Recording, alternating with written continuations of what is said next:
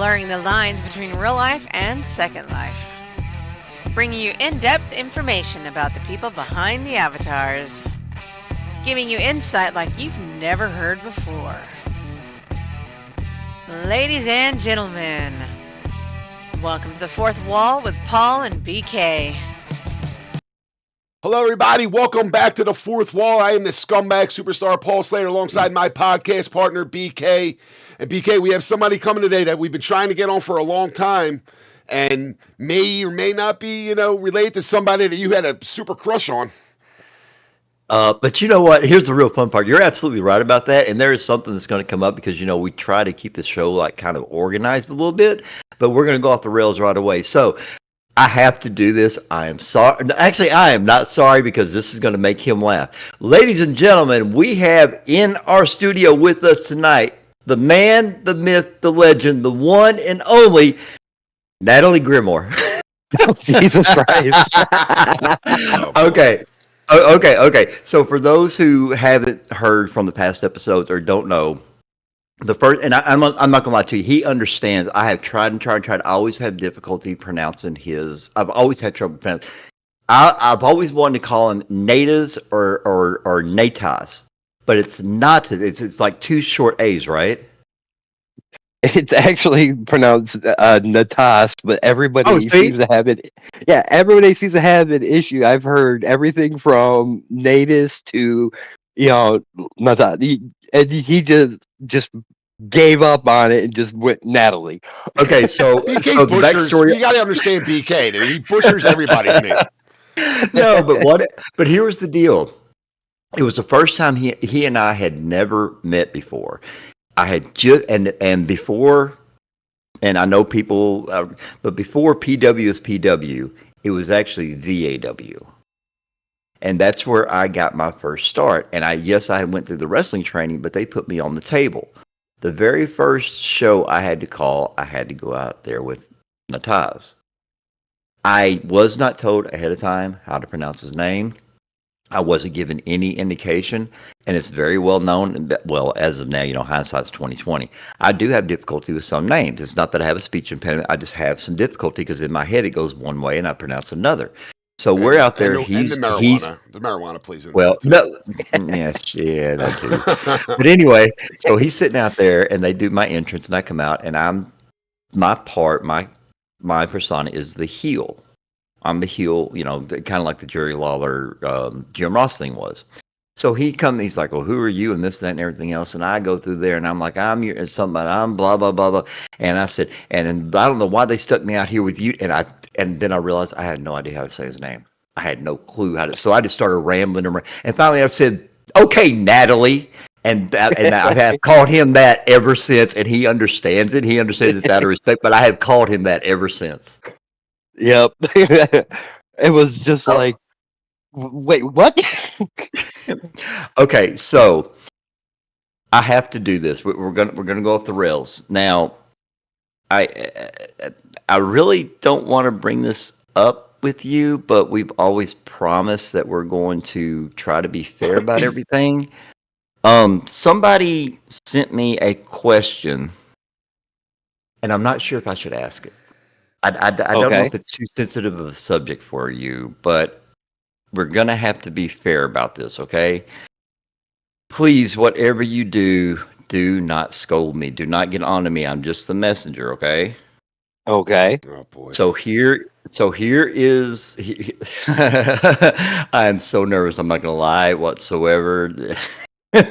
Okay, so the question is... Make sure are you still married to Michelle Snyder, or was the divorce messy? Oh, what the fuck? Oh, come on, man. That was that died. I mean, who the hell sent that one for you? Why are you even asking it? Damn, BK, you got personal there. Well, it was just a question, but I asked you not to scold me, but you got on to me, which means I won the bet. What's the bet? We got you. Okay. So Lady Death sent me the question that asked that, And the bet, and I told her, and this is the actual, I'm going to read this. I said, if he scolds me, I get to spank you. And she says, bet. Oh my God. So guess what, Lady Dad? You owe me. Well, hold Or on, actually, hold I on. owe you. Since it's What? our show, I mean, we should be able both to do it. Why am I getting left out in this? Because just like I get left out every time you get compliments on the show, they go to you and not me. Yeah, true. Fair enough. So turnabout is fair play. Yeah. So actually, no, I don't know you. We actually set you up on that one, Lady Death. I did something we normally don't do. I talked to him about that beforehand. I really did. But anyway, since the question is out there, go ahead and answer it. Actually, no, it wasn't. First of all, the thing with Michelle Snyder was a storyline that was done way back in the day at Hawks. So Oh, okay. it was funny when the like quote unquote engagement happened. My IMs right afterwards lit up like a Christmas tree with, "Do you know who that is? Do you know?" I'm like, "Yes, I understand. It's in character. Don't worry about it." Okay, we got you. You know what's funny though, like Because- with SL Wrestling, like when you do an engagement storyline or like a love angle or something, people literally think it's real.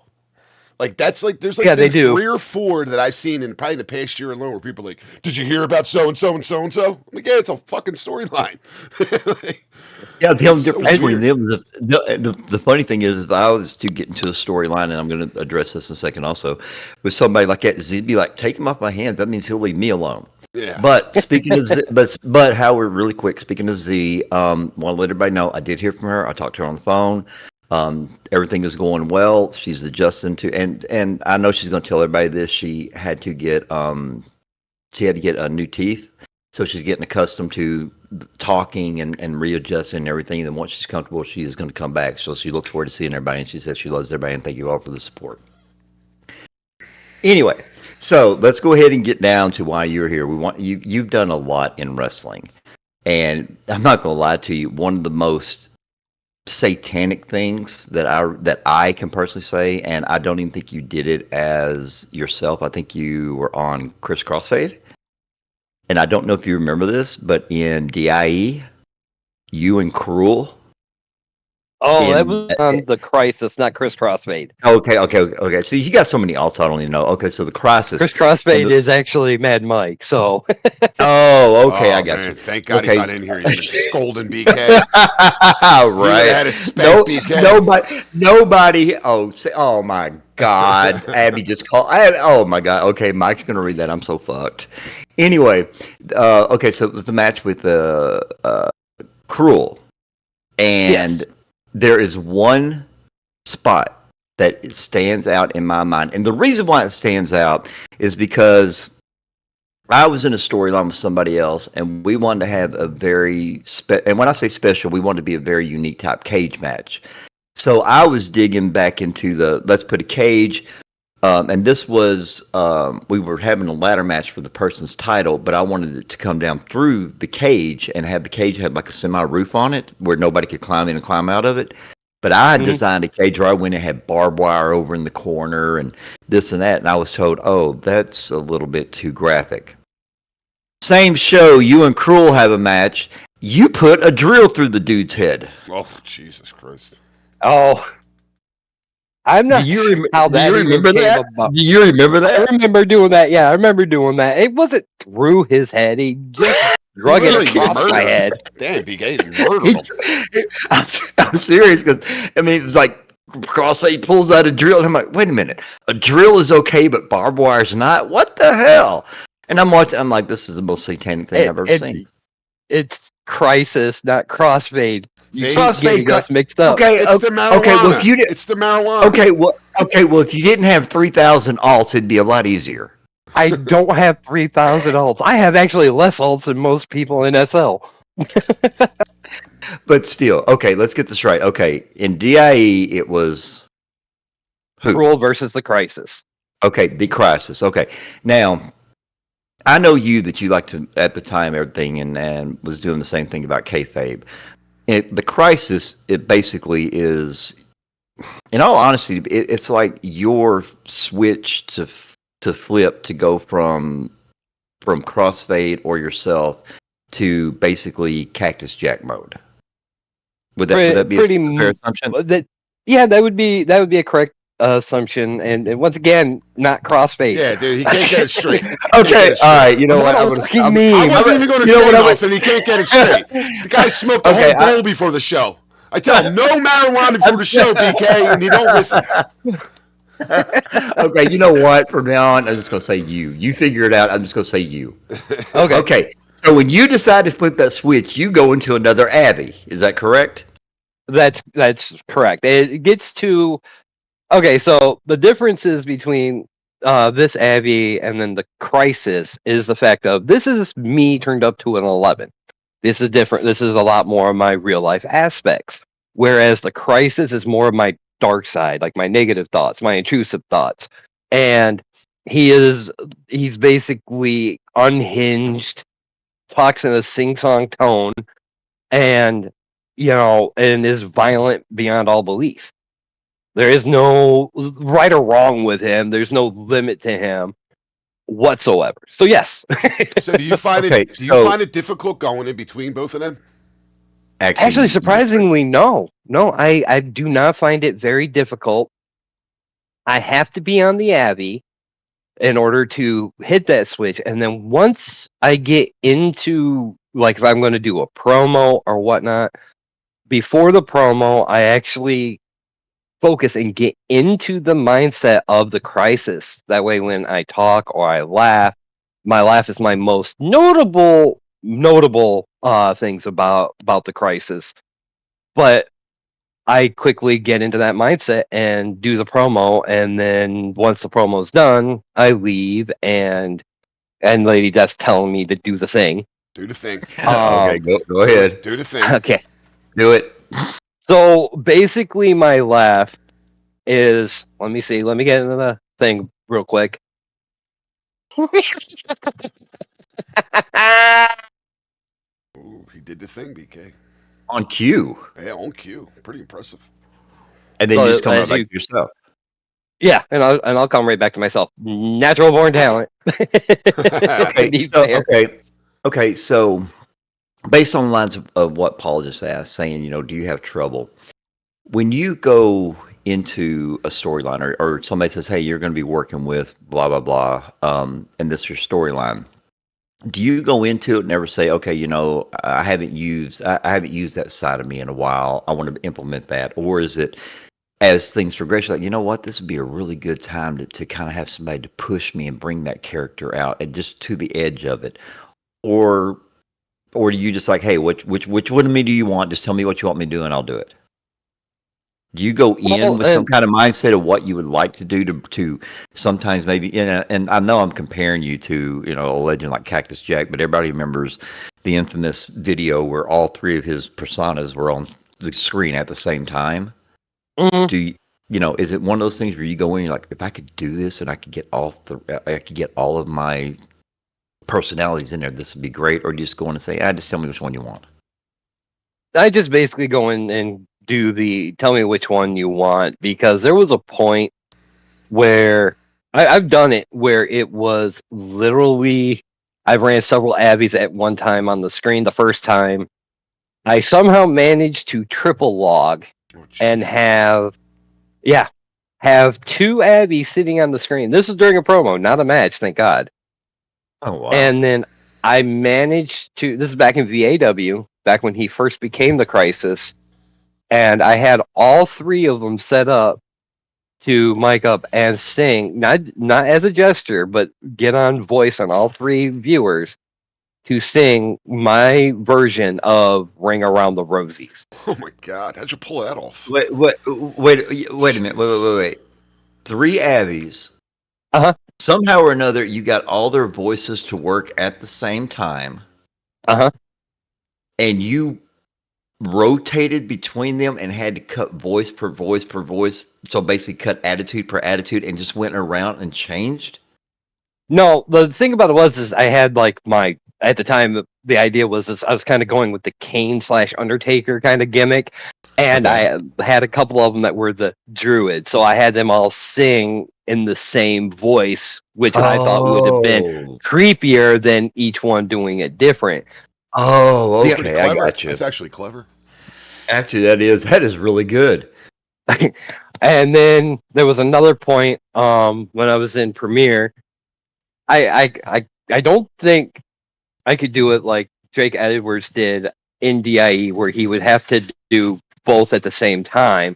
But I did a video recording of the Crisis, and then and then as at the time Tyler, because Tyler was my Abby, Mhm. I sat here and basically argued with myself, but it was a recording, so it was a little easier.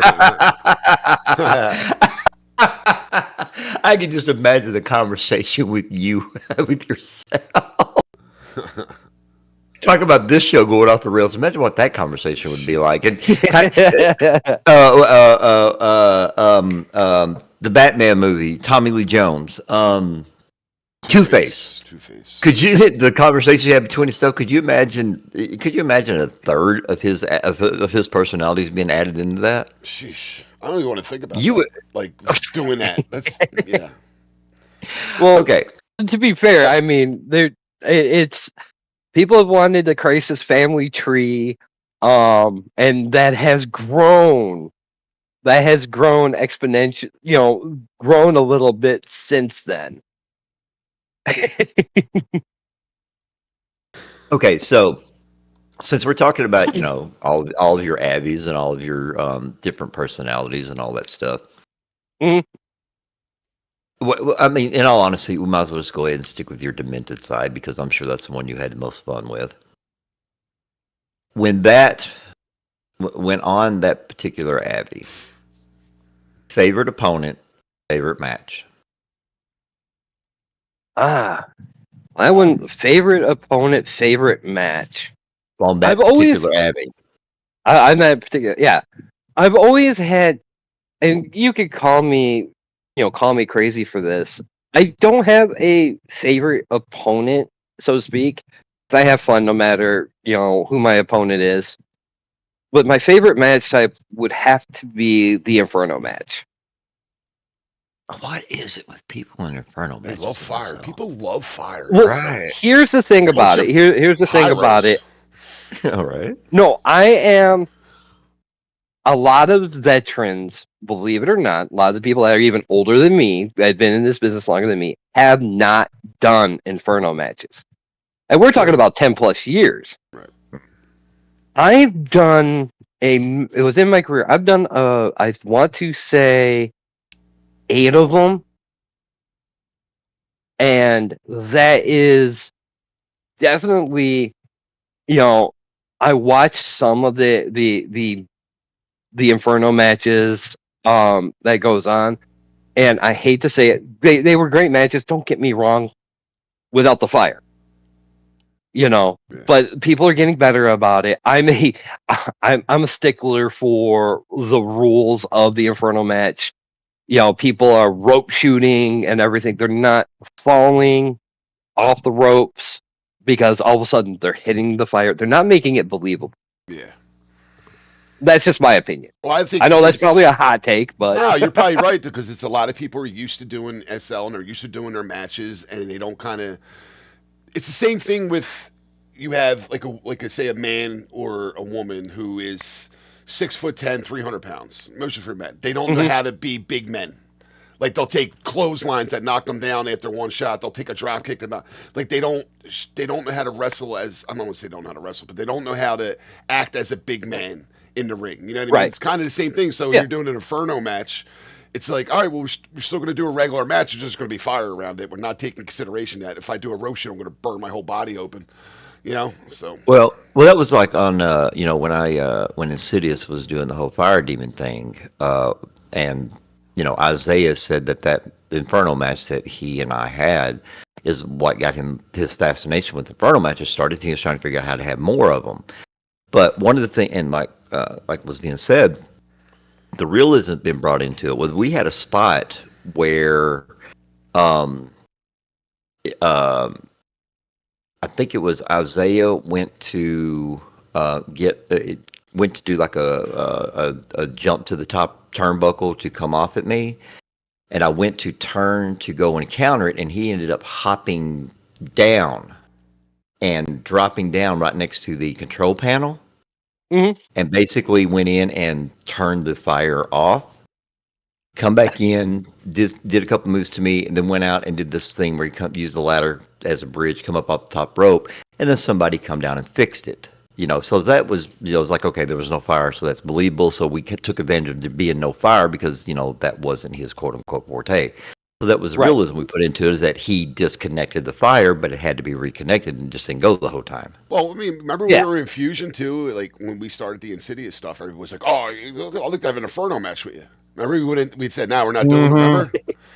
Yeah, everybody was coming to us. When's our Inferno match? There's not one. Yeah, we're not doing it. Well, and that's the thing about it. A lot of those matches, like Inferno matches, the reason why those are some of my favorite is because I don't like to do them willy nilly, because then they lose that importance to it. They lose that thing. If I'm to do an Inferno match, I will want it to have a meeting. Like tonight at Honor Endgame, the Crisis and Tyler Crisis are in an Inferno match, but the symbolism behind it, for those of you that don't go to Honor or missed it or don't watch the videos or whatever, the storyline behind the Crisis brothers, it literally is that aspect of fire is what created the Crisis, and Tyler was the one that set the fire, creating the Crisis. So it seemed poetic enough to make their final match an Inferno match. Now, that makes sense because it's a storyline built to that. Yeah, that would make perfect sense. And and one other thing, I agree with doing things a little bit bigger. Because you always want people to remember your matches and this and that. And there's always things you can do. Like this is something that we did. And it was funny. We got in trouble for it, but we got in trouble for doing something we were given permission to do. Right. We were in FPW. We had the storyline that it actually was Insidious. Yeah. It was a 3 stages match. Yeah. Is basically what it was, but it was done over 3 matches over 3 shows instead of being a 3 stages of hell. It was like this match, then this match, and then the final match. Well, the final match was a Buried Alive match. Now, like I said, at the time, Insidious was doing the whole fire demon thing. At the end of it, he wins the match. He puts his opponent into the casket. Casket lowers, and then flames shoot up. Something people expect from Insidious, flames, right? Yeah. Then all of a sudden it's like, well, if you were going to do that, it should have been an Inferno match. No, it shouldn't have. Not the way this was done. And it turned into, it was like, well, it should have been this, should have been this. It had to do with fire. It should have been Inferno. No. You can still use flames, and it doesn't the whole story was in the match. We did the match on Memorial Day or Veterans Day or whatever it was. Well, I didn't get to that part. I didn't get to that part. And we got a lot of heat for that after we asked permission to do it. And they said, yeah, it should be fine. BK wanted to leave that out. That was where we got. I didn't get to that part. The heat was it was done on a Veterans Day or whatever. What people forget is that I'm a veteran, so I wouldn't have written the match if I thought that it was disrespectful, and that was the part that everybody forgot. Is that if I would have thought that it was any way disrespectful, but it was a show. It's theatrics. Yep. Nothing was brought in, but it is what it is.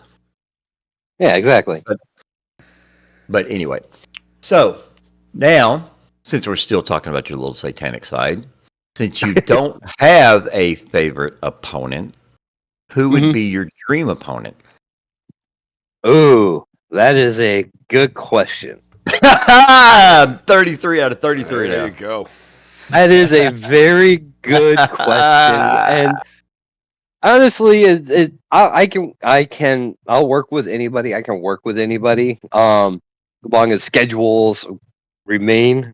But honestly, I think one of the big ones I've never gotten to face, and right now my dream opponent would honestly be Hammer, because I've never gotten a chance to really face him, and he's one of the ones that I really do want to face. Yeah, it was, as long as me and Hammer have worked together, have known each other, we've never had a match, and I really would like a match with him. So right now, as it on top of the list, Hammer's on top. Ooh. Well, I guess Put that that in the means that chat. when Let them we, know. yeah, well, it's not just that, but it's the fact that don't forget that we are still in the very, very small infant stages of putting that Fed showcase together we're talking about, and we're trying to get dream matches together that people would be interested in. Yeah. Put it down. I mean, this, yeah. This thing that we're trying to put together, yes, we want all the feds because we try to be fair with all the feds because we want to be associated with all the feds with what we do. So we're in the infants, and we're just trying to put this little thing together. We want to put on basically like a big. It's a charity, but it's not like a normal charity. It's like whatever comes in, it'd be like, hey, this Fed is going to be here, et cetera, and then their match is going to be doing this, and they can put a tip jar out for that match, and everything that they make goes to their Fed and such, and then and things like that. So we're trying to be fair about it. So we've had a bunch of people to come up and say, oh, I want to do this and I want to do this. So we've got a long Yo, you speak list. his We've got a name. long list. Hold on, BK. You speak his name and he shows up. Hammer just dropped into the chat. Oh boy, Hammer. This is something we normally don't do, but go ahead and mic up real quick. We'll give him a second to see. There he goes. All right, so Hammer, you are here, and this is the first on this show. Mr. Natas Grimoire has said that you would be his dream opponent. What is your reaction? Wait. Did you just say, wait, what? Yeah, pretty much. Oh, it's just that fact of we haven't had, as long as we've known each other, man, we haven't had a match together. You're right. This feels like Maury. This feels like Maury Povich. Like we have your long lost father on the phone. You are not. You are not the daddy. You are not the daddy. It got all awkward there for a second. Because Hammer's like, wait, what? What? And then I ain't your daddy. talk about me being high. I think Hammer's worse than I am. Okay, so Hammer, back to you. He has said that you would be his number one pick as a dream opponent. What is your response? That's an honor, man. Like Rob's been at this way longer than me, so like seeing something in me to want to have that type of match with me, that's fucking amazing. I love that. All right, There you go. Mr. Grimoire.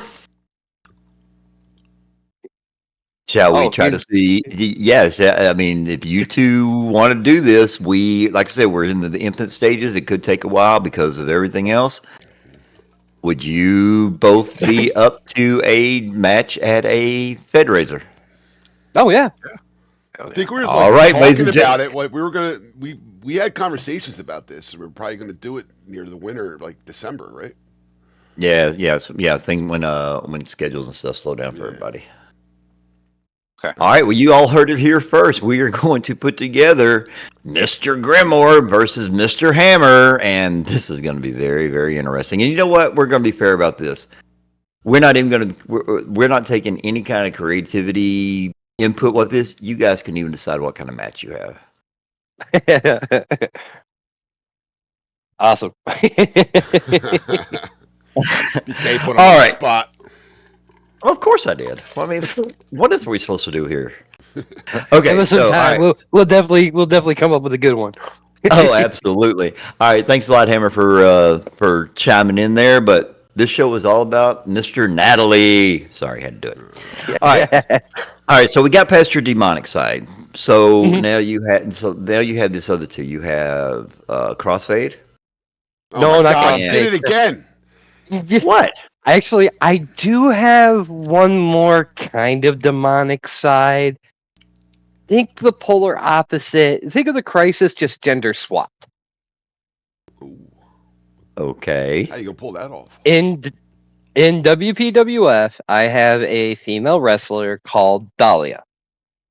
Okay. Who the Motor City Devil, and I take the devil part very seriously.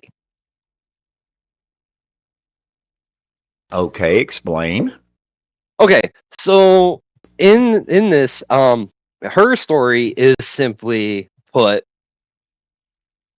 when she was a kid, Lady Death, before she became Lady Death, started her, before even the crisis, had her locked up because of her reasons. Okay. Wasn't something she wasn't supposed to even be locked up for. Well, turned around, and so she came back, she got out, fake being well, whatever the case may be, and then came to WPWF. And this is the first Inferno match that Lady Death had, where I got my retribution and everything like that. Still not at the double form, but it took one little slip from Drewski Hoxley, who called me. Well, it wasn't a slip per se. Instead of calling me Dahlia, he called me the Motor City Devil Dahlia, and that's where it kind of went. So I went from like the lights, the light colors, the blues, the whites, and everything, and started going more red. Then I started wearing devil horns. Now and now I'm actually in a team with Lady Death as I suffer Stockholm syndrome.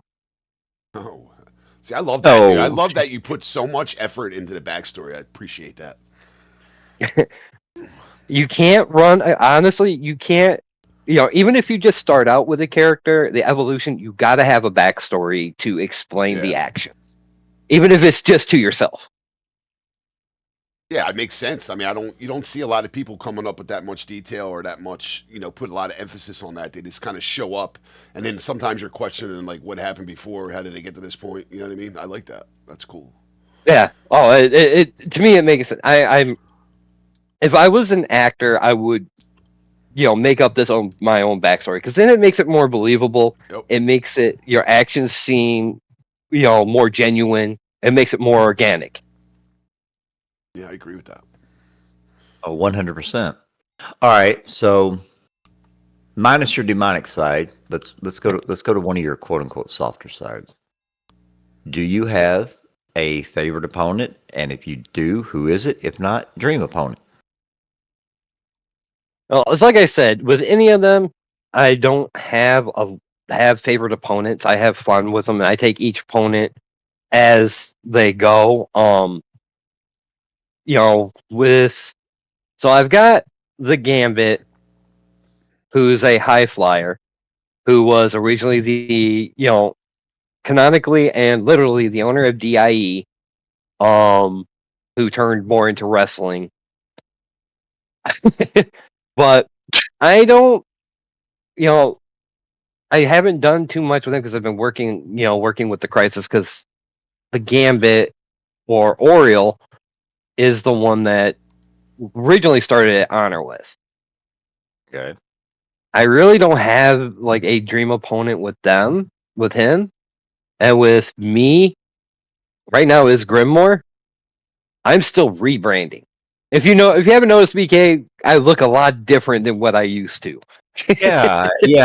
I was noticing that when you popped over here and we were getting everything adjusted. I'm like, that's not the look I remember. But at the same time, I mean, it's been a while, so everybody does their upgrades and everything. So yeah, very different. Yeah, Kind I'm no longer the voice of Detroit. I kind of was part of behind me. I'm still trying to figure out what it is. I'm going more after the rebranding. Natas Grimoire is going more of the hardcore punk style, of okay. because the original one, I think, ran its course. Originally, I was like the villain, and that was more of an endurance. And me and Morgan Jones had to talk about that. And it's like a lot of people that after endurance closed, a lot of people didn't go to Defiance, so it kind of got lost in the shuffle, and nobody understands the whole thing with the villain. And I just thought it ran its course, so we started rebranding Grimoire, and I was running the idea of actually doing something that hasn't been seen around SL that I'm aware of, and that's the whole like hardcore punk thing. Okay. The whole hardcore punk gimmick. You know, All right. anarchist, causing discord, just having fun. Kind of like Degeneration X. Just, Oh, well.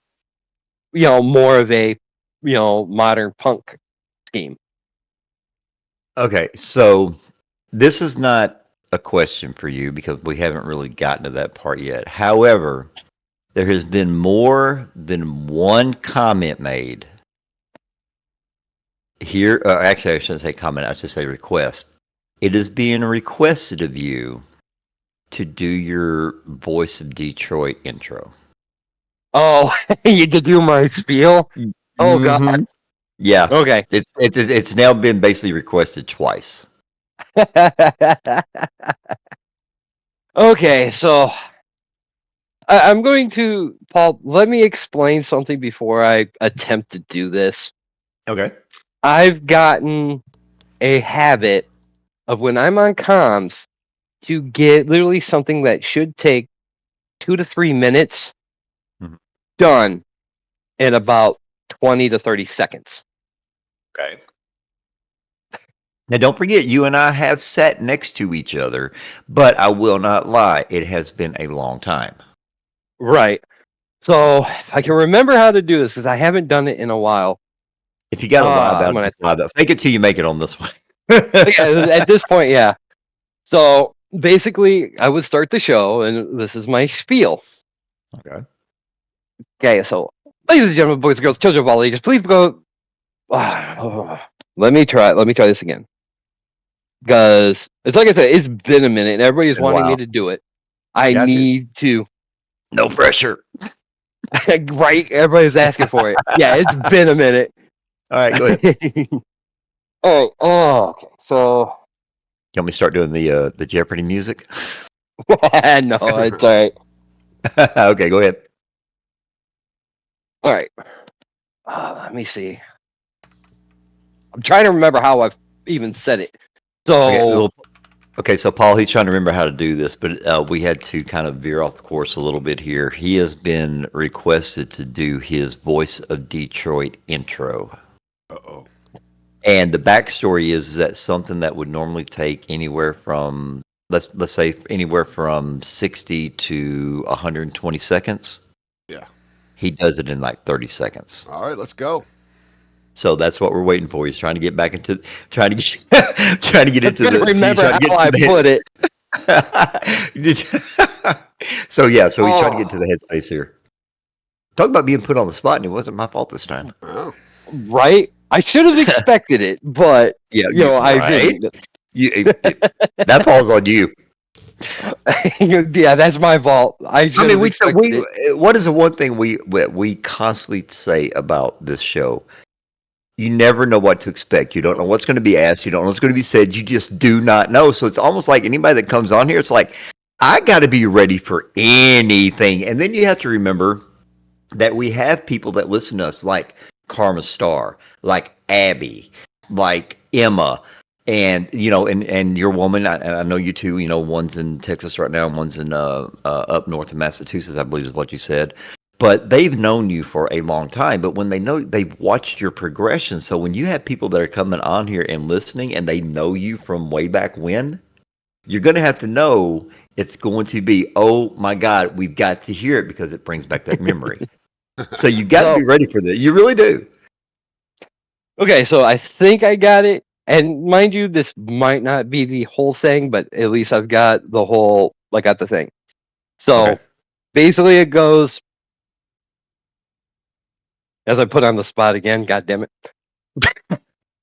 Oh, okay. Here it goes. Here we go. I know how. I got at least know the part. Every TV and your friends, enemies, friends, boyfriends, girlfriends, guys, candy, girls, candy, key, or candy, any kind of candy you got. But please, let's keep them on opposites of the ring. You want to keep the action inside the ring, not outside the ring. Also, when you do TP in, remove any heavily scripted items on these HUDs, which are included but not limited to pixel packers, titty bouncers, and Tommy talkers. You're not going to be needing that for the remainder of the show. Not only that, but please refrain from being on mic. It's reserved for anybody and insert fed staff. I need subtitles for that. Well, Yeah, a lot of not just that, but you need to learn how to breathe. a lot of people tell I actually can do that in like one, usually one micro breath. Right. Wow. And a lot of people Wow. make comments about that being a auctioneer. There's a lot more that went to it. I know that, but that was Right. just kind of the main part. Is basically remove any heavily scripted items, TP in your friends, stuff like Right, that. yeah, I remember all that, the tummy talkers Yep. yeah, I remember the item, some of the items, and I think there was at one point in time, and correct me if I'm wrong, and there's enough people here in SL that's been here as long, if not longer than I have. Wasn't there one point in time where we were having to tell people to take off their penis talkers too? Oh my God. I think Am I so. wrong? Am I wrong about that? I maybe. I don't. I can't. There Because might have been a point. Because it's well, yeah, the tummy talkers we knew about, but I could have swore there was one time where they started scripting those things. Yeah, the Somebody, excite stuff. That's it. somebody Yeah, may have told you to do that, BK. I never. Hey, if my peen could talk, I wouldn't be doing this. I'd be rich. Okay, just letting you know. Just letting you know. If my shit could talk, I would not have to be doing this. Yeah. So yeah, because it was like the first time that's on the comms table, we were getting ready to, reading off the cards and all that. And all of a sudden, Smith, oh, yeah, by the way, you need to add. And I'm like, really? We have to say that? And they're like, yeah, you have to. All right. And it was the weirdest Right. thing.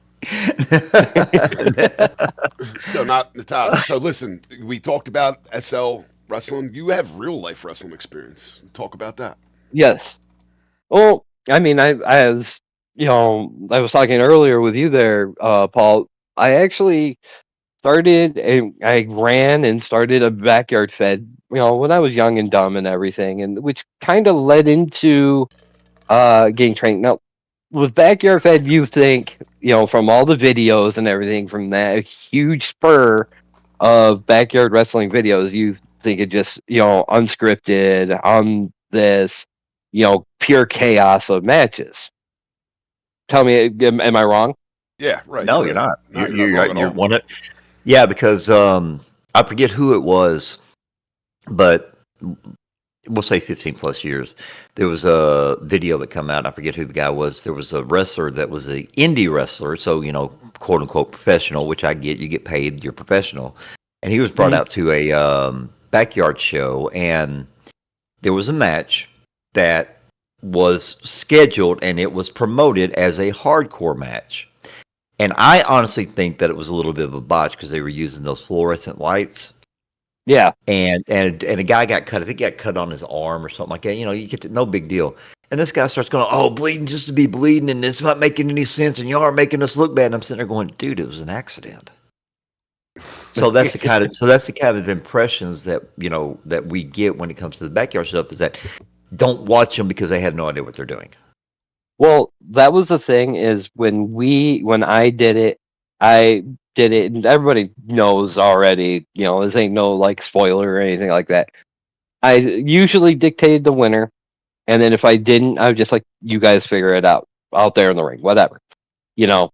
Um and then yeah, we did a lot of hardcore stuff, but I looked at them and I told them straight out, plan the big spots, the dangerous spots. Please, I want you to come back next week. So I kind of ran it kind of like a indie fed would or what have you, but they had a little more freedom. Plus I also was like communicate in that ring. Now mind you, this is before I did any training. This was something that I knew from watching wrestling and everything.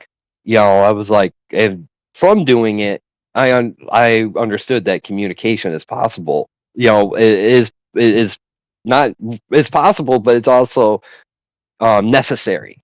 So you know how to take the moves. I just got that when I went into real life training. I actually seen that how right I was. With how I ran my backyard fed. So we just kind of after training and everything. Honestly, I haven't been in the ring Do I consider myself a professional? Have I gotten paid for it? No. I got the training. I was scheduled for a show, but they moved it after I moved to Texas the first time. Oh, okay. But All right. in training, I got worked over by a guy, like I was telling Paul, I got worked over by a guy as tall as the Undertaker and probably weighed about as much. So you come up the old school way. Oh yeah. So it was He like was literally good. the guy was like 6'10" and over 300 pounds, and he was working me over. Probably to see how Well, tough you are, right? See if you're built for it. See if you could take it. I was more scared of the head trainer, which was a little guy that stood 5'6", 150 pounds, than I was of the big man. Well, when you go into this, his name is and I don't know if anybody here knows, any indie pro, but his name was Brian the Playboy Shotwell, and he was known for being a stiff wrestler. And with me, now the thing is, with backyarders trying to make it there, you have to earn the professionals' respect. Yeah. correct.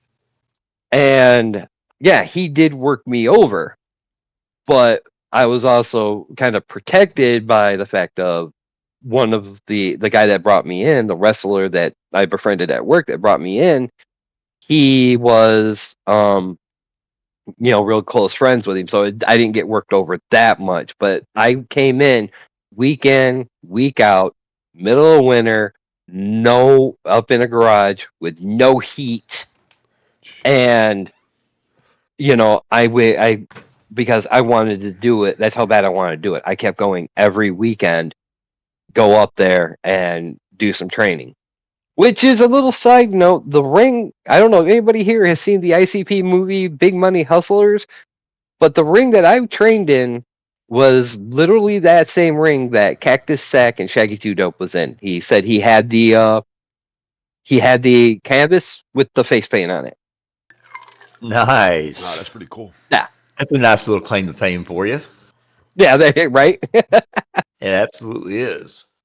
All right. So let's take a breath from this crazy train for just a second, and let's pay some bills. Yeah. Today, you know what? Today, if I knew we wouldn't get in trouble, I should say that today is sponsored by a certain person's song, and I think we know which one we're talking about because this has been one hell of a ride already.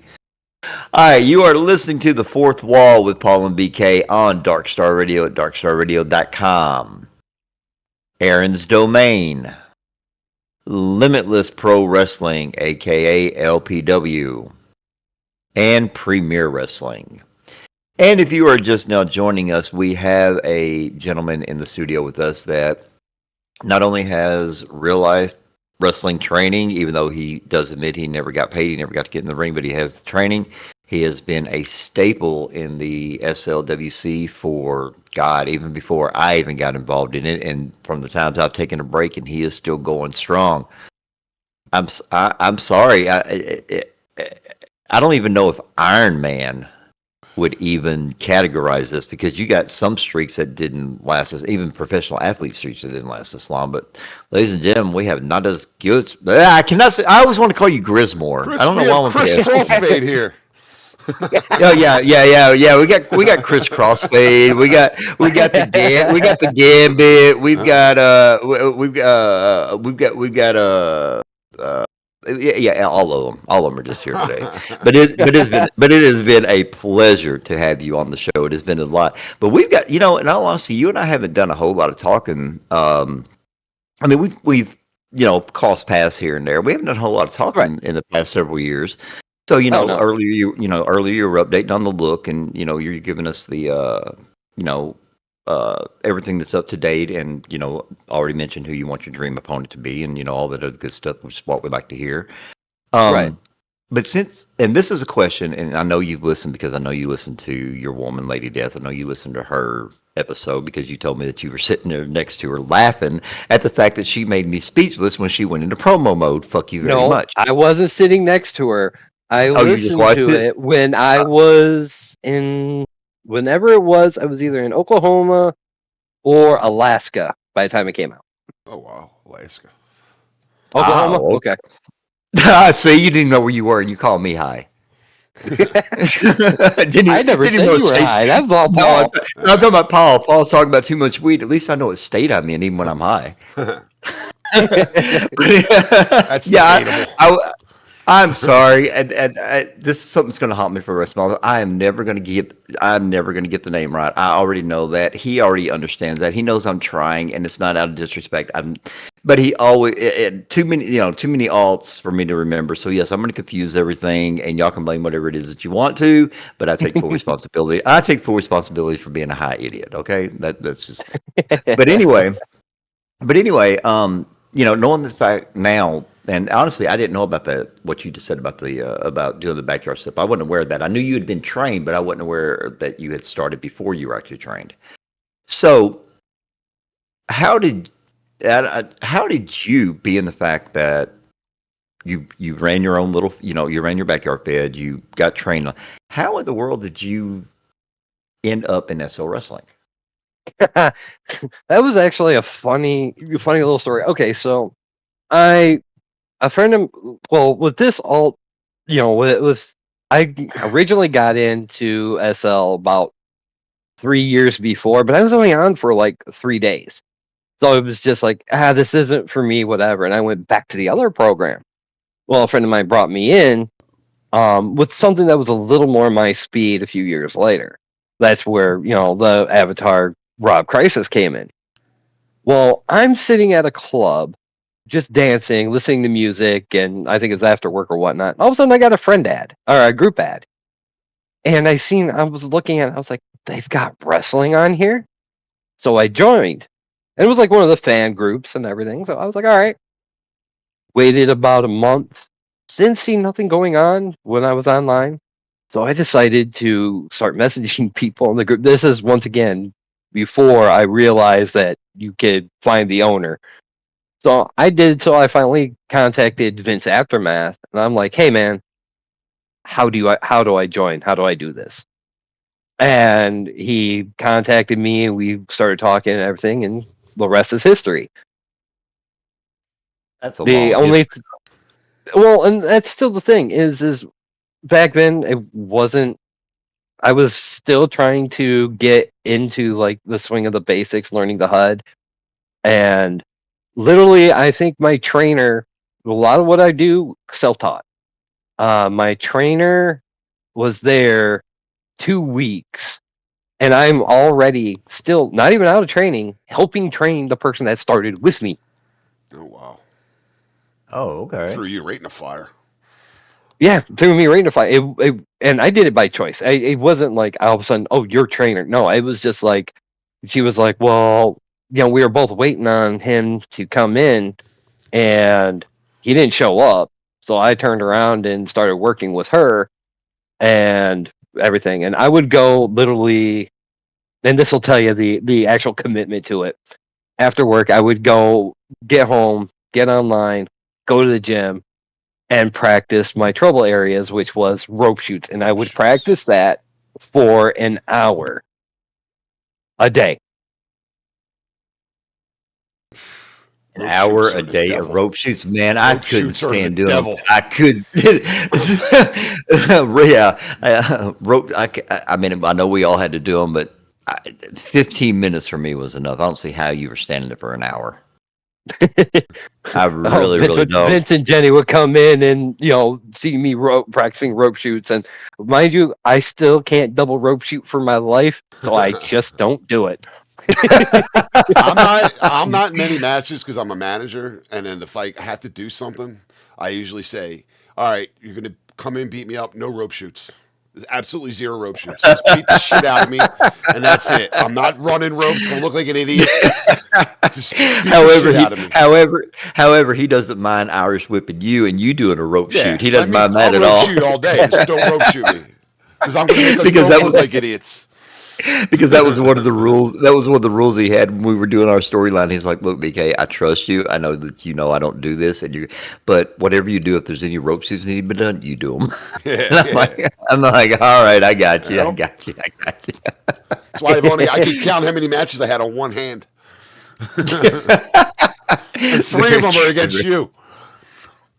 Yeah, and the sad part is one of them you weren't even there for. Yeah, one of them I was sick. I had somebody fill in, Yeah, and I delivered a 5-star match. yeah. Okay.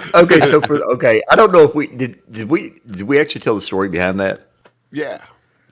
Okay, but anyway, I don't know if you're aware of this. Really quick, Paul and I had a match, and we were like the first or second match on the card or whatever. So we had this really good match written and everything else. Paul ends up sick, and somebody he trusted ended up running his Abby. Never went through the match with me, so that's how good this person was. Never went through the match, just kind of went in, and was like, "Hey, where do I need to be? Okay, go step over here, step over here, step over here. Okay, we're good." And everybody said that match was the main event of the day, and we were like I said, we were like the first or second match, and it was one that Paul wasn't even there for, and he got credit for it. I know, but listen, to my credit, people were like, "That was a great match." I'm like, "Yeah, it was." I wasn't me behind it, but yeah, it was. I never said I did the match or nothing. I knew I was sick. I was in bed. But hey, would have did a hell of a lot better than I would have done myself. Well, yeah, I mean, but like I said, but it's not something that you do, No. so no big deal. Yep. All right, so we have come to that time that everybody, especially one Miss Abby Tude, loves, and it is the question and answer session. We all know Abby's going to have a laundry list of questions, so we'll give her a moment. No big deal. It's fine. It's fine. It's fine. All right, but however, we do have, imagine that, it is from the love of your life, Miss Lady Death. She says she doesn't have a question. Hold on. She says this is not a question. It's just a word of praise. She wants to thank you for showing her this wonderful sport, being her guide and her trainer, and you are what truly makes Death as infamous as she is. It's kind of funny about that. She's always said that, when it comes down to the mentality of LD, I'm just as much LD as she is, and honestly, she's right. Lady Death has been kind of like a cooperative deal. She comes to me with questions. How do I do this? How do I do that? And I give her more of the psychology of it. On my aspect, and she usually takes what I say and applies it, and it works out. So, do you find like this might be a weird question, but I'm going to ask it anyway? Um, Mhm. like you guys are married in real life, right? Yes. Do you find that your relationship's better, like because you guys share this? Like, because my wife thinks I'm an idiot for doing this, but like, do you think it's cool? Like, does it make your relationship better, like that you guys share something like this online, that you do something together, and that like kind of like a hobby together? Does that make your relationship better, or does that add a different element to your relationship? If that makes sense, I don't know if that even makes sense. I honestly, I feel that it gave us something to kind of like a starting point of what to kind of attach to, Right. and do together. So can I say, because we started doing this together, I think when we first got together, if not before, and we just kind of built on that. So I can say that, yeah, honestly, SL wrestling, even commentating together, helped us form that bond and helped us get together all those years ago. So That's cool. um It's like like my wife thinks I'm nuts. We're like, oh, I got to do stupid wrestling stuff again. But like, it would be really cool if like did it together. Like, I can't like that would be really cool. Like sharing ideas, coming up with storylines, stuff like that together while you're eating dinner. That sounds pretty cool. See, yeah, that's kind of that's like that's like one of those things that I can relate to. The story. Everybody knows that I met my real life wife in here, and we still have our Abby's as brother and sister because of how the whole introduction thing did. And then, of course, Z, who is my partner in SL, is also a real life friend of ours that we all met through SL. So, yeah, it does help if they understand what's going on and they get it as a. Now, Paul, nothing against your wife or anything like that, but for somebody who doesn't get in there and kind of do it, it is kind of foreign to them. They're like, well, it's kind of silly, it's kind of good, but they actually were participating. It might make things a little bit easier, but I get both sides. I get both sides because before I got my real life wife, the woman that I was with, that actually we were engaged. I was in SM. Why are you in there? Why is it so much fun? Why do you talk to them more than you talk to me? In the sense, like, well, Jesus Christ, I work till 3 o'clock in the morning. You work until 7 o'clock at night. When you go in, I don't have any adult interaction during the day other than this, really. But yeah, I completely get it. All right, so we have told you we were waiting on Abby. I knew she was going to get something in here. Anyway, so as a disclaimer, Abby is basically saying, please don't murder her. Okay. Okay. It's not me she needs to worry about. No. I'm just saying. She says, please. Well, actually, she says, I'm probably going to get murdered for that. So I'm saying, please don't murder Abby. Wants to know if at any point in time, even I guess if it's even just for a one-off, what are the possibilities of getting you on comms with Sophie? Well, that would be. I've been on comms with Sophie quite a few times. So those who don't know is Sophie is Lady Death, and if I was, and Grimmore and Sophie are actually now married in SL, which like I said, the family tree will take a whole episode on its own to Are there any explain. forks in this thing?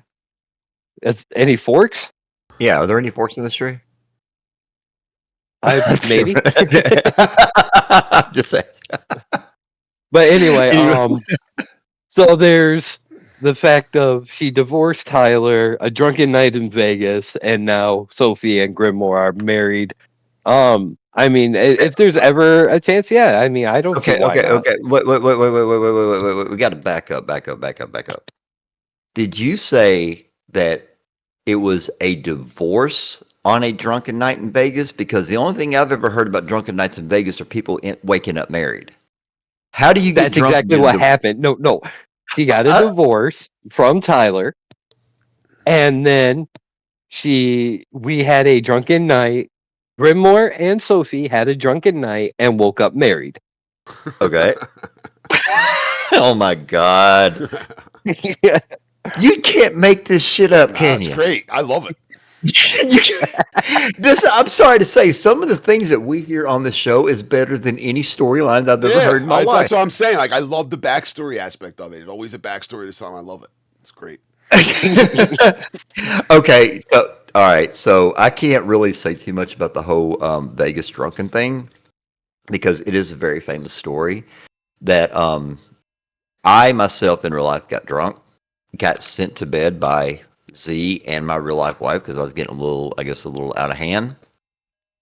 And supposedly, which I know there is proof of it because I saw it, so it's not like allegedly, there is proof, where I, in my own little way, asked Z to marry me. And Z, in her bratty smart-ass way, got a hold of my real-life wife, had my real life to log me in and partner us. Nobody told me, and I didn't know I was married for 3 days. What the fuck? That is the honest to God truth. That's not even a storyline. No, it's not. It's really not. It really actually happened. It truly happened. My wife finally had to tell me, you need to look at your profile, and I finally got pissed off, said, I don't need to look at my schedule. I wrote, and then I turned and looked at my profile, and I looked, and it said partner box. And I'm like, when did that happen? How did that happen? She goes, we did that 3 days ago. I'm like, what? So I cannot. So I am a living, breathing proof of the whole going to Vegas and yeah, but not knowing it for 3 days. That's the whole thing. Yeah. So I can. But I've never heard of anybody going to Vegas and getting drunk and getting a divorce. I've never heard that one. That's a new one. Okay, so we're back. We're still answering. So you saying there is a possibility for Sophie and you to get back on the comms table even if it's a one-off? Yeah, it is possible. It just have to be at the situation, right? We don't usually do that anymore because of living situation. I'm always bleeding. I'll always bleed through her mic, or she'll bleed through mine, whatever the case may be.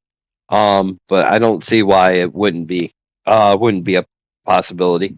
So, Well, Abby over here, all she has to do is just put the word "just" in front of it, and she's a Nike commercial. She's saying, "Do it, do it, do it, do it."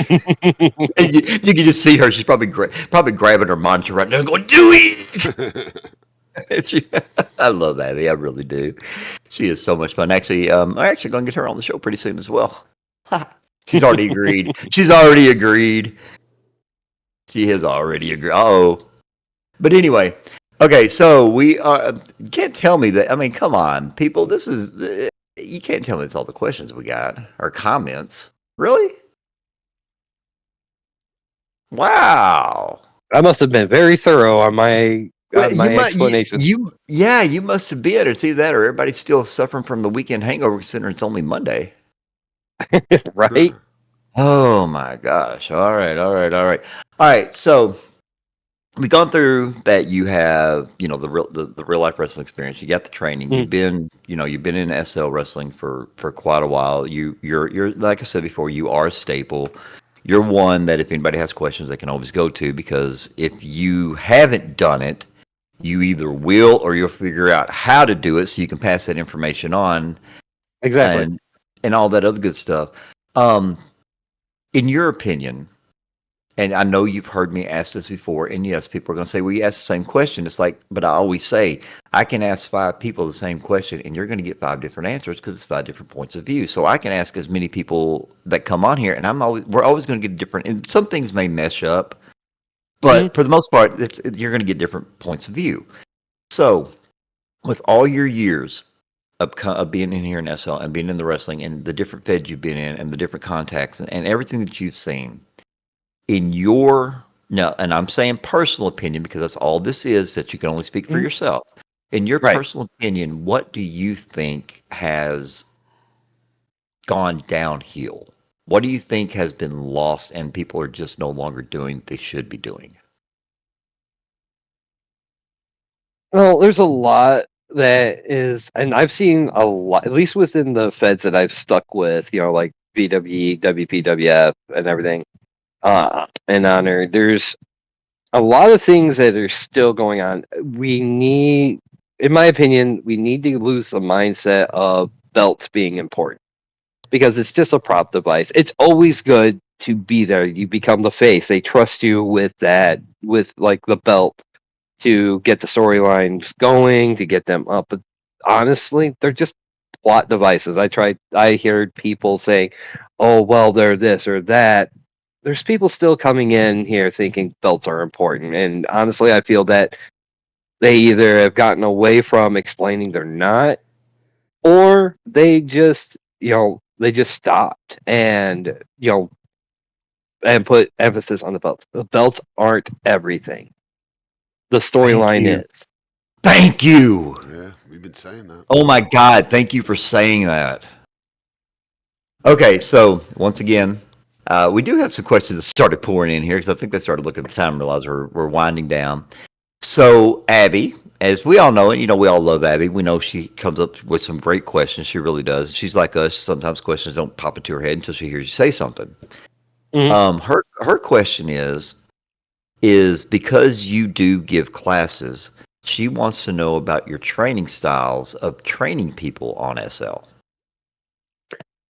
Okay, so here's basically where it goes. It depends on obviously the speed of the person and everything.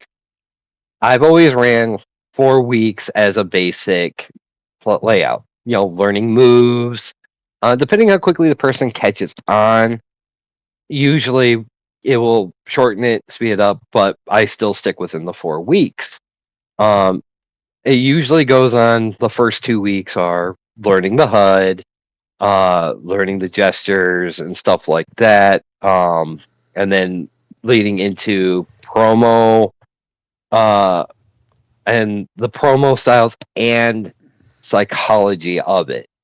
After that was when I was a trainer, I did something different that I've never seen anybody else do, and that is wrestling ethics and etiquette. Because that is something that I see that all feds need to sorely work on is the ethics and etiquette. Everybody takes for granted that everybody should know the ethics and etiquette. What they don't. It's gotten better, but there's still that point of people going on Facebook, putting feds on blast, putting wrestlers on blast, going into Discord servers, creating, a small amount of toxicity. And honestly, Bringing you that in-depth if they information about the did people more with the behind the ethics and avatars. etiquette, Giving you there insight wouldn't like be you've that. never heard before. There'd still be that, but you know what I'm saying. It'd be minimized. Ladies and gentlemen, Okay. welcome Now, to do the you fourth think that's wall come with down Paul over and like the BK. last years since you've been like as far as like the bribe? Hello, everybody. I am the scum. And other things like that. And I will say yes, I've seen it die down a lot. Now whether or not it was because of DIE or not, I like to think we did a great impact with DIE. Start dying down the toxicity between feds and everything by, trying to get people together and everything. In my opinion, DIE was a starting point. It's good to see that they've died down, but there's some feds that came in after the fact that, will still bring up some of the past things. But honestly, it's a lot better now than it has been in recent years from what I've understood. Okay, so here's the next one. I'm not going to tell you who sent this in, but I'm going to paraphrase the quote in it, and I'm going to see if you can figure this out. Do you recall you and Cruel being told that SL wrestling was not for you? It was something that was just something you couldn't do? No, I've never been told that. By Charlie Duffield? No, I've Oh, never been told that. Charlie sent in and says, self-centered question. Does he remember Charlie Duffield saying to him and Cruel that SL wrestling was not for him, was something he couldn't do? Oh, something that he couldn't do. No, I think no. Charlie said to you and Cruel. Oh, that we couldn't do? That SL wrestling was not for him, something he couldn't do. I guess I got that mixed up. I guess okay. Charlie came to you and said, "Hey, I can't do this," and I guess you basically told him he was wrong. Yeah, I told him that he was wrong due to the fact of he, and I've had quite a few people come to me and say this, and it was just that aspect of I don't like it when people down themselves. They have their abilities, they have their ways. They just have to figure it out. And Charlie seemed to enjoy it, a lot. Just felt really, like he couldn't do it. And I'm just like, no, man, you can. Got to figure out your way. There's always a way to do it. And I did. And if I remember correctly, I talked him up, and apparently, yeah, that he still stuck around and he's still doing it. So I'm hoping that. Yeah. So, well, I mean, if you tell somebody that and look where he's at right now, that means you made a huge impact. And I will go on record right now, Charlie. I'm sorry for butchering that. I totally misunderstood it. So, but it's straightened up. You have your answer. He does remember it. Do you regret telling Charlie that, considering what an arrogant ass he can be? No, Charlie. I love you, Charlie. I really do. I love you. I respect you, man. I think a lot of it don't regret it at all. Once you get past your own insecurities of things, especially in SL wrestling, like if you're insecure like about being in front of people talking or about the HUD, like once you get past that, it's once it starts becoming enjoyable. Like me and BK always say that SL wrestling's like the Hotel California. Like you can check out, but you can never leave. And he says, it's what was the movie? I thought I was out, they pulled me back. Godfather 3. Yeah, I mean, it's what it's like. I mean, I don't know how many times we talked about this. I'm like, you know what? Fuck this shit. I'm done with these fucking people. I'm out of here. I leave for 3 months. I'm like, man, I miss it. I got to go back. You know what I mean? It stress you out to that point where you've got to take a break, but then you always come back. Okay, yeah. So and this next. I'm sorry. No. Go ahead. It's just always good to hear that. I made an impact. I know I've left an imprint as a commentator, but it's always good to, on a personal level, know that I impacted somebody's life, career, whatever, in a positive manner. Because to leave like that, oh, it's not for me or whatever. It's not the way to go. You may leave under your own terms, leave in better terms. Give it more of a shot. Yep. That's really the big thing about it, and that's why I wouldn't let Charlie quit. And we are all so glad that you did not let him quit, because none of us would be, to be honest, none of us would be honored to know him today if you hadn't done that. And that's good. And that's just but honest truth. but another thing too, man. That shows how good of a trainer you are. Where some people might have said, "Yeah, maybe it's not for you. Good luck." And you kind of Yeah. put that in his head. No, man, like you're good. Like, let's keep trying this, and gave him that extra encouragement to keep going on. Where maybe a lot of trainers, especially in SL, wouldn't have the patience to do that with people. Yeah. Okay, so I'm only going to say 4 words for this one, okay? Mhm. Horse grenades and pipe bombs. Pony pipe bombs. Lord. Pony pipe bombs. Okay, so are people wondering where that came from? Here was the actual thing. The actual message I got was, ask about horse grenades and pipe bombs. That was Okay. that was all. All right, so it's when I'm in matches and everything, I always when there's like an almost count, I used to say, like, the normal saying, like, almost only counts in handgun, but Horseshoes grenades. horseshoes and hand grenades. Yep. Yeah. All of a Horseshoes, sudden, grenades, nuclear weapons, and lingerie windows or lingerie shops without a window. Yeah.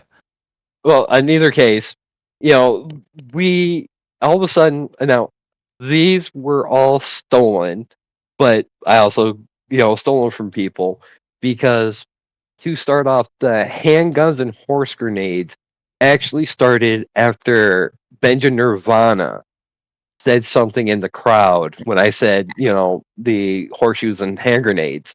All of a sudden he goes, handguns and horse grenades. I'm like, I'm gonna steal that. And he was like, you're welcome.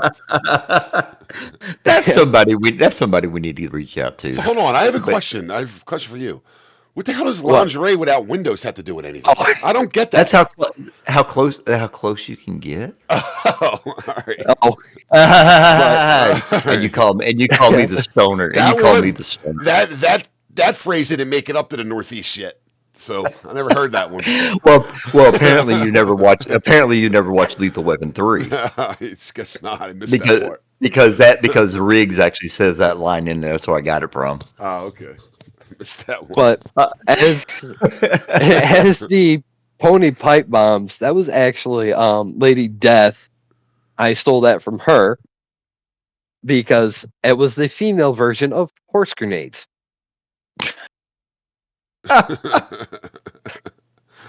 And at WPWF, it's all female wrestling, so an almost was a pony pipe bomb. Okay. I tell you what, some of the stuff we learn in here, Yeah, right? it's fun. All right, so the next one is not a question. Once again, you're getting praised. Don't understand why. But this one comes from Foxy Beth Ann. She says that she wants to give you a big thank you for training her and making her the wrestler that she is today, making her pay more attention to the match, telling the story, and the smaller details during any matches, whether she is reffing or wrestling. So apparently, everything you taught her still sticks with her today. No, I'm glad to hear it. So once again, you got somebody blowing smoke up your ass, telling you how great you are. I'm kidding. You are really, really good. I mean, there was even times, even though you and I never really, really, really spoke, I could hear you talking to somebody else, or something would come up, and I'd be like, okay. And you've said things that stuck with me too. So I'm not gonna lie to you. You have more impact than what you really think you do. No, I'm glad to hear it. All right, so we are dwindling down on time here, unfortunately, because we always like catching up. But this is always the chance that we get that anything you want to say to anybody out there, regardless if it's about real life, about Second Life, about wrestling, about whatnot, any kind of information, any kind of knowledge you want to pass on the platform, the floor is yours. And it's just basically like this. Enjoy what you do, guys. No matter if it's SL wrestling or real life wrestling or whatever, just enjoy what you do. Life is short. That is the number one thing. Life is too short to be grumpy, and I know people. Did we lose him? Lost his voice. Uh-oh. technical difficulties. Where's our sound guy at? Oh. Well, we don't have one, so we get what we paid for, right? Well, real quick, while he's fixing his mic. Also, you're gonna check him out tonight at Honor Pro Wrestling. I think it's night 1 of Endgame, BK. I think that starts Okay, at. wait. You said night 1? How many nights are there? I think there are 2 nights. I think tonight's night 1, or is it night 2? Somebody correct me. Okay, wait. Yeah, we got. Okay, wait a minute. It's 2 Lady nights. Death I think saying, tonight's 1. Yeah. Right, and Yep, okay, so right. night 1 is tonight, and night 2 will be tomorrow night. Yep. I wouldn't be able to make tomorrow night. I got to work. So check it out tonight. You'll check. Now you're gonna make me say Chris Crossfade. I quit saying it. So hey, check out Honor Pro Wrestling tonight. Endgame night 1. We'll put if somebody had the landmark, they can drop it in our chat. That'd be cool. I don't have the landmark on me. Oh, and also don't forget that people are listening to us on the radio, and people are going to be seeing this video later. So what we need to do is also tell them to go over and check out the YouTube video if they can't catch it live, because this will come out later. Yes, sir. All right, ladies and gentlemen, it's time for us to get out of here. Once again, thank you all. Unfortunately, yeah, we just lost our guest, Dan. Oh, no, wait. Is he back? Is he back? Yeah. There he is. Sorry. You good? Yeah, I'm good. Give me a second. Gotta love the joys of Discord voice. We all been there. Well, it's the fact that I lost internet for a minute, so. Oh, okay. Yeah, well, yeah, we've all been on that. All right. Well, anyway, so go ahead and finish what you're saying. Go ahead and finish your monologue there. I was just saying, enjoy, once again, just enjoy, what you do. Just know that the world don't revolve around you. If you have bad times, find an anchor and hold on tight. And in the good times, share it with everybody. Don't keep that to yourself. Absolutely. Oh, well said. Absolutely. Well said. I absolutely was. All right, ladies and gentlemen, time for us to get out of here. Make sure to like, make sure to subscribe, make sure to share, and make sure to catch us, because on deck we have for our next recording, the one and only Trixie is going to be sitting in here with us, and that's one you don't want to miss, because she got to sit there and watch us when we did the thing over at FPW where I ran after you and ended up on the screen, and then she was also there when I came back in OEW and surprised the hell out of you. Yeah, that was good. Yeah, that was really, really good. But anyway, thank you all once again for coming in. We'll see you all next time.